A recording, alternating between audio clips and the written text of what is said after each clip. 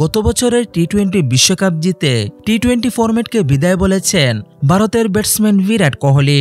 তবে অবসর ভেঙে আবারও ফিরতে পারেন তিনি, তবে তাতে জুড়ে দিয়েছেন একটি শর্ত।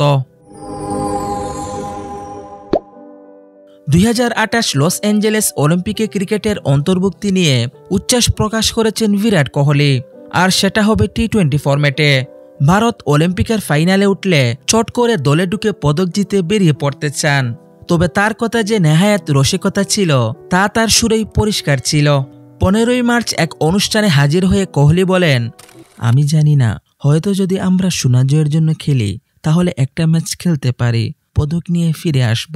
ভারতের ক্রিকেট ইতিহাসের অন্যতম সেরা ব্যাটার বিরাট কোহলি আন্তর্জাতিক টি-20কে বিদায় বললেও এখনও ফ্র্যাঞ্চাইজি ক্রিকেট খেলে যাচ্ছেন তিনি, বিশেষ করে আইপিএলে, যেখানে তিনি দাপটের সঙ্গে খেলছেন। কিন্তু জাতীয় দলে ফেরার সম্ভাবনা নাচক করেই দিলেন। কোহলি বলেন, না, আমি সত্যিই মনে করি না ফিরব, তবে অলিম্পিক চ্যাম্পিয়ন হওয়ার দারুণ অনুভূতি হবে।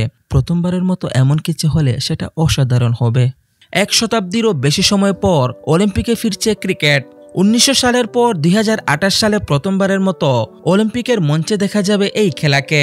6 দলের টি-20 ফরম্যাটে অনুষ্ঠিত হবে প্রতিযোগিতা, যেখানে পুরুষ ও নারী উভয় বিভাগের খেলা থাকবে।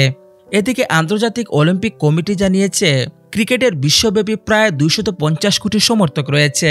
নতুন প্রজন্মের দর্শকদের আকৃষ্ট করতেই অলিম্পিকে ক্রিকেটকে অন্তর্ভুক্ত করা হয়েছে।